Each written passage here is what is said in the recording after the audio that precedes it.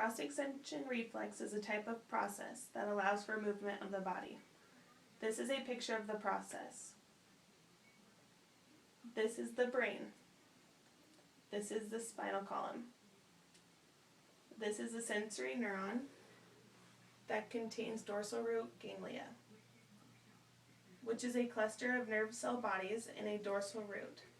This carries out most of the sensory signals. Inside the dorsal root is the pseudopolar somatic sensory neuron. This is an interneuron. This is the motor neuron that contains the ventral root. Each spinal nerve consists of axons from a motor neuron whose cell bodies are found within the gray matter of the spinal cord. All these together make it possible for the movement through the process of polysynapse.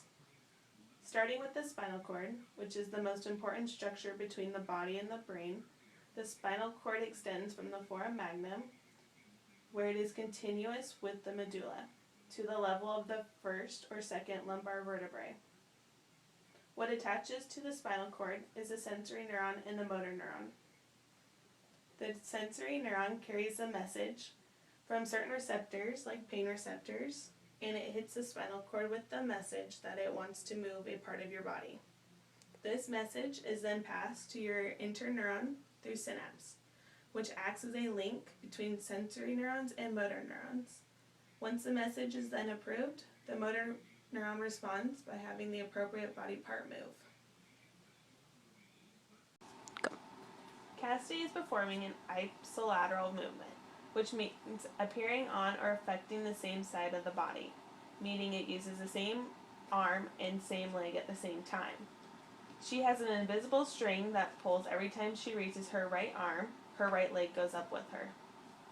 When Cassidy raises her left arm and right leg, she is conducting the movement called contralateral, which means occurring on, affecting, or acting in conjunction with a part on the opposite side of the body.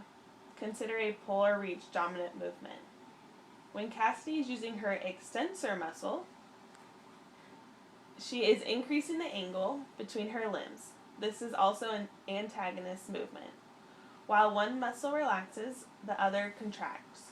If she were not able to lift the basketball, then this would be an inhibitor or an inhibitory. When she flexes, she is using her flexor muscles and decreasing the angle between the bones.